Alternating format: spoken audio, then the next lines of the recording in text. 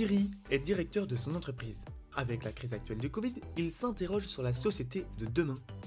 Pour relancer son business et trouver de nouveaux clients, il décide d'appliquer une démarche RSE.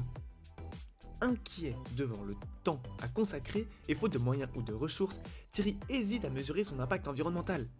Pourtant bien motivé à changer, il décide tout de même de réaliser un bilan carbone. Le bilan carbone est un outil inventé pour comprendre et analyser.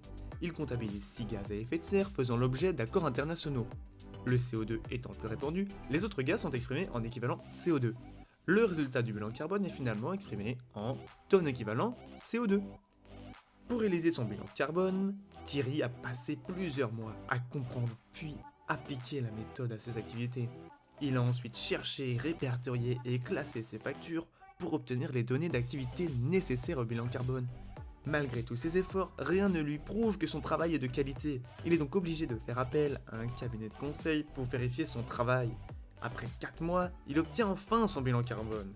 Mais il se retrouve embêté car il doit réaliser cette démarche tous les ans. La question qu'il se pose est alors, comment automatiser toutes ces démarches ? C'est ce que propose GreenWave Tech. En connectant l'application numérique à l'ERP de l'entreprise, l'outil récupère les données d'activité. Puis, il associe un facteur d'émission CO2 de la base de données ADEME à la donnée d'activité. Thierry obtient ainsi des bilans carbone à la demande. Cela lui permet d'obtenir des résultats instantanés des émissions CO2 de son activité. Il peut ainsi mesurer et analyser quotidiennement ses actions de réduction.